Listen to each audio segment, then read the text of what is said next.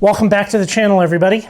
If you are a rockhound, you know somebody that rockhounds, or even if you just like watching rockhounding videos here on YouTube, well, you have probably seen one of these or you own one of these. And this, of course, is the classic Est-Wing rock hammer. You know, kind of a blue rubber handle on it. You got your pointy end and you got your hammer end. And this is a pretty standard tool for us. You know, I have many of these. About $30 for this hammer right here. Now, the hammer that I really prefer, which is a slight upgrade to it, is this. You can see we are a little bit bigger in some dimensions. This is also an Est-Wing rock hammer, and it goes for about $45. The main kind of perk to this one over this one here is the slightly bigger hammerhead, right? The hammerhead's meant for hammering on chisels. It's a little bit bigger striking face is kind of a nice thing to have. However, we're not really here to talk about these. We will touch on a little bit how these things should be used. What you're here for is this thing. This hammer right here. This is the cheapest rock hammer I could possibly find. Just that. Made in China. You might notice this handle type, this pattern on it, the green will come in different colors. You know, there's like probably one factory making these things, and you'll see these in gray and orange and things like that. This costs 10 bucks, 10 bucks, 30 bucks, 45 bucks. Well, I've seen people online say that these are great and they're just as good as these. Now, a little caveat, generally, I think those people that say that have gotten this for free. They've gotten it for free. Well, I paid my own money for it. I'm beholden to nobody here on this channel. And well, we're going to use this. I'm going to test this thing to the max. And yeah, we'll see how it goes. Fit and finish on it is subpar. We're going to look at it. Other downside to this is the painted head. Obviously, it is black. Now, that is a big no-no, in my opinion, for all rock tools. You know, be it hammer or be it chisel. You know, the idea here is to extract rocks with these. So as you try to do that, what happens is you wear the paint off on rocks that you potentially want to take home. Now you have to get that paint off the rock. Much easier to take the paint off the head. We're going to be doing that. How these should be used. All hammers, regardless of how they should be used. This pointy end is not a chisel. This is not an end for smashing rocks. Now, people do use it for a chisel and do use this for smashing rocks. The idea of the hammerhead is for striking a chisel. This is heat treated in such a way that it is designed to be struck metal on metal, and this is designed to strike something like a rock. This, not being a chisel, the pointy end is primarily designed for scraping around things like this video here of Sarah using a rock hammer for an extraction. It's meant to kind of be a scraper, a prier, and not a chisel. So, that said, that's how I'm going to use this. I'm going to use this as intended. Scrapey end, pry end, hammer end, chisels only, and see how we go. Let's go take the paint off of this head. I'm going to take that paint off with just an angle grinder, flap wheel.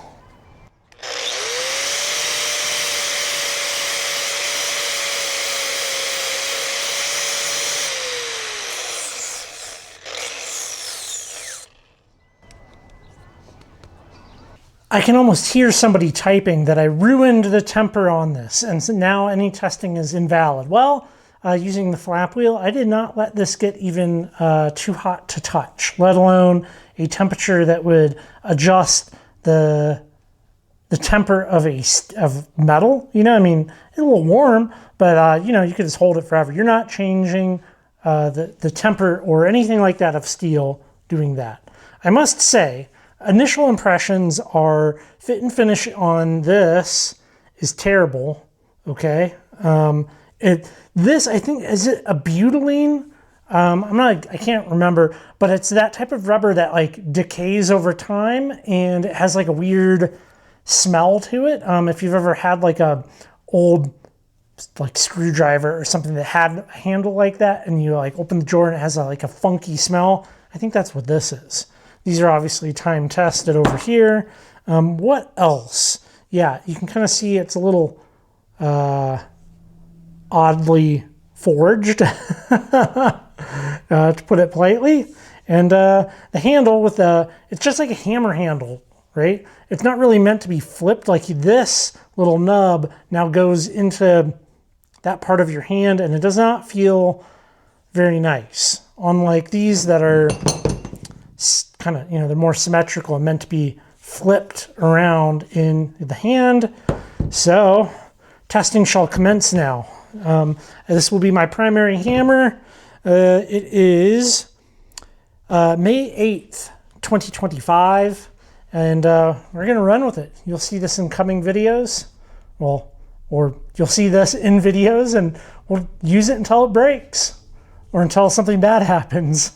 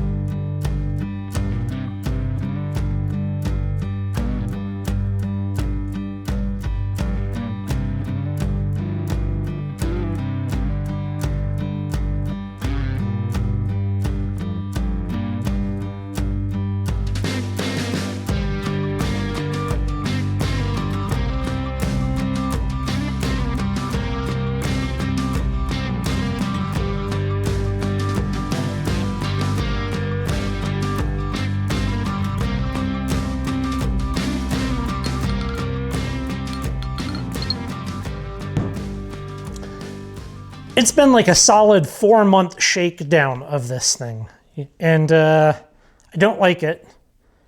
I'm calling the test, Here's the thing. I think a lot of people buy this because they're unsure of rock hounding, or maybe you're buying it for a kid. Maybe think twice before doing that. The reason I'm calling it quits is because it has gotten sharp. It has gotten sharp in like a weird way. If you look right here, it's kind of hard to tell on the head. It's like chipping out and getting like a serration to it, almost like a knife. Like it's sharp enough along the edge to where you can snag your skin on it. Like if you carry your hammer like this, sometimes it'll snag on your skin and it'll grab, and it's not fun. And the handle as well, okay? So the handle is chipping, and these are like sharp little plastic burrs. Now, you could take a file to the head and get those sharp chips out. A little harder with this like hard green plastic that's chipping on it. It is not doing well. It's not doing well, and it's also uncomfortable with like the flare to this. So you might be thinking you're saving money, or it's just as good as these Estwings, but it's really not. It's not. It's not an Estwing. It's not a nice tool to use. Everybody has a favorite thing. It doesn't necessarily have to be tools, but there's a thing that you have determined to be high quality, you prefer it, and when you reach for it, you're like, yeah. And then you reach for something inadequate, and you're like, Now, I would probably hold off on buying these cheap hammers, people get them for free. They have YouTube channels, and they say good things about them because they're obligated to, but the reality is you're going to get sharp edges, the handle's going to chip out, and 4 months in, it's a little not great. Not good for an adult, not good for a kid. Estwings, they last 5 years, 10 years, take good care of them. You don't beat them up. You don't let them rust out, You keep them clean and rust-free and kind of pointy. It can last a very, very long time. So let me know your thoughts. Have you tried any of these cheap hammers? What do you think of the Estwings? And, maybe it's time you should try The most expensive rock hammer. Maybe we'll test the most expensive rock hammer. Well, thanks for coming along with me on that.